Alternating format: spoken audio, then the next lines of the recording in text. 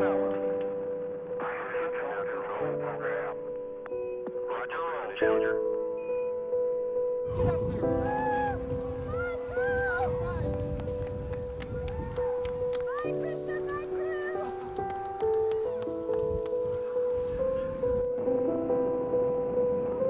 Velocity 2,257 feet per second. Altitude 4.3 nautical miles. Downrange distance 3 nautical miles.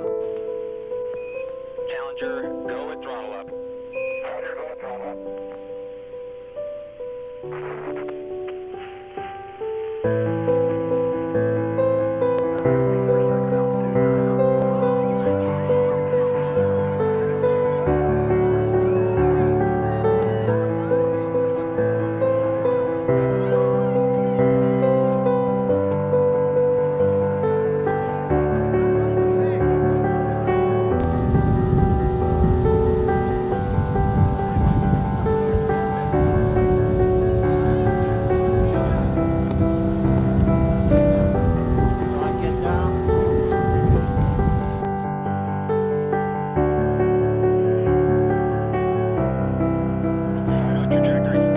Flight controllers here looking very carefully at the situation. Obviously a major malfunction.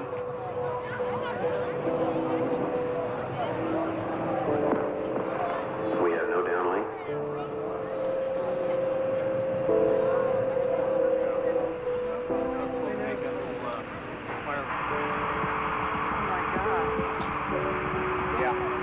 We have a report from the flight dynamics officer that the vehicle has exploded. Flight director confirms that. We are looking at checking with the recovery forces to see what can be done at this point.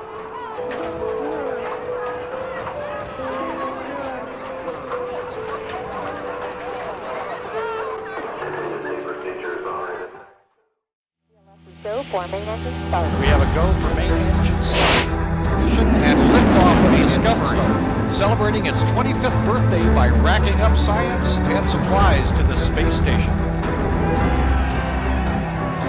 The solid rocket boosters blew away. Columbia, Houston, UHF comm check. Roger, roll.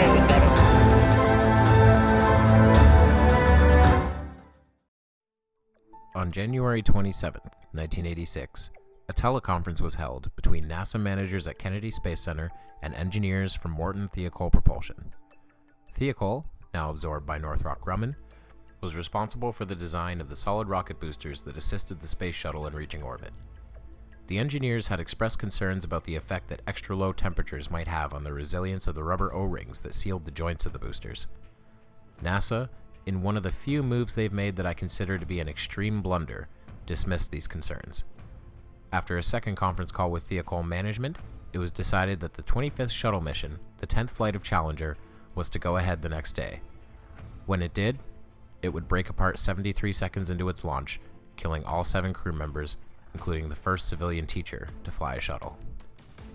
It's important to understand specifically why the Challenger disaster happened. The O-rings that failed were being used in a process called extrusion. When the boosters fire, their casing would balloon outward due to the stress of ignition. This created a gap through which hot gases would leak. However, during testing, it was discovered that the rubber O-rings, damaged by these hot gases, would shift out of their groove and form a seal. It was essentially an accident that was incorporated into the shuttle's final design. Challenger's final flight was initially scheduled for January 22nd. Delays with the previous mission caused the launch date to be moved to the 23rd and then to the 24th. After bad weather conditions, it was again moved to January 25th. More bad weather delayed it again to the 27th.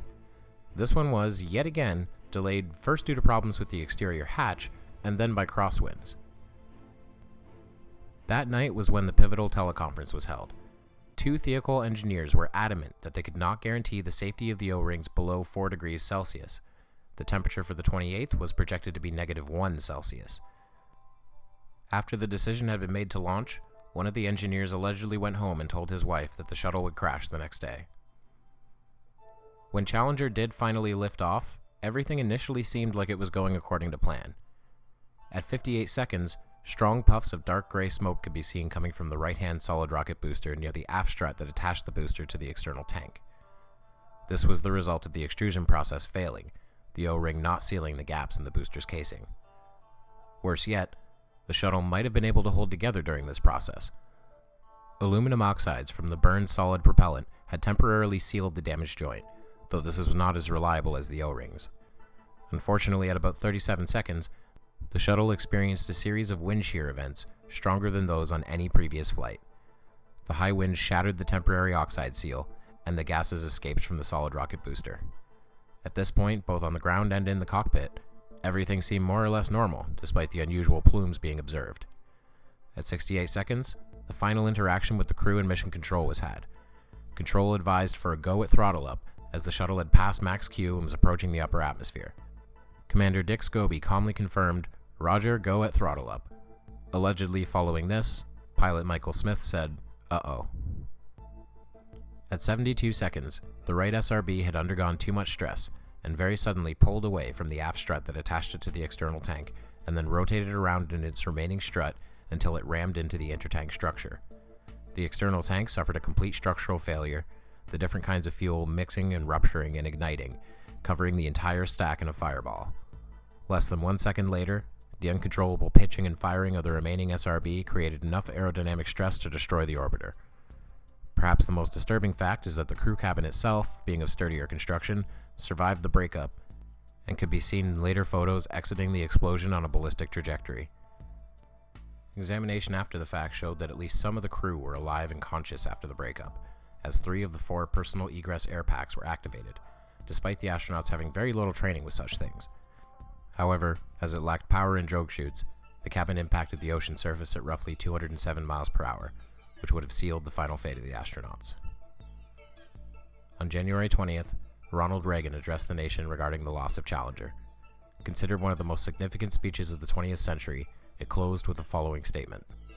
The crew of the Space Shuttle Challenger honored us for the manner in which they lived their lives. We will never forget them, nor the last time we saw them, this morning, as they prepared for their journey and waved goodbye, and slipped the surly bonds of Earth to touch the face of God. Thank you.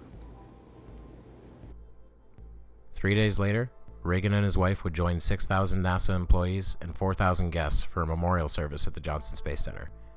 T-38 Talon jets flew over the scene in the traditional missing man formation.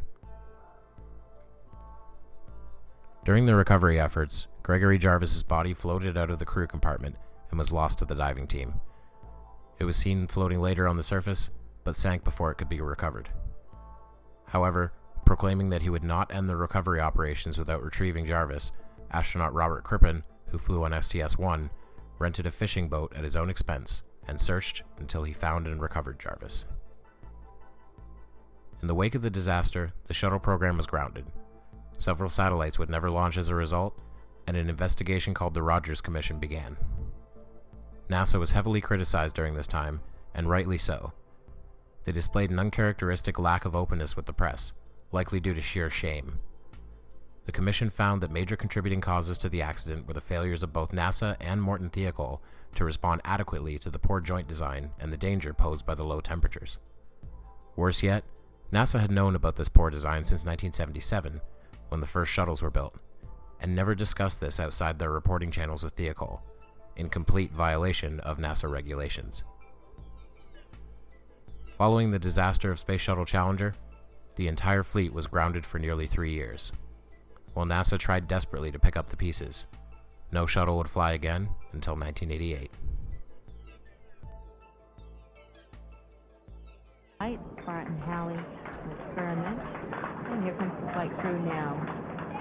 Commander Dick Scobie, followed by Mission Specialist G. Resnick, Ron McNair, and pilot Mike Smith, followed by Krista McCullough, teacher in space, Ellison Onizuka, and payload specialist Greg Jarvis. Big smiles today. If you like this video, please give it a like. If you want to see more, please subscribe to my channel, which is Dead Kennedy in Space. If you want to support me further, consider donating on Patreon or purchasing some of my work through Amazon or Teespring. Thank you, and I'll see you over the curve, Space Cowboys. Lived there, on the mote of dust, suspended in a sunbeam. In a vast cosmic arena.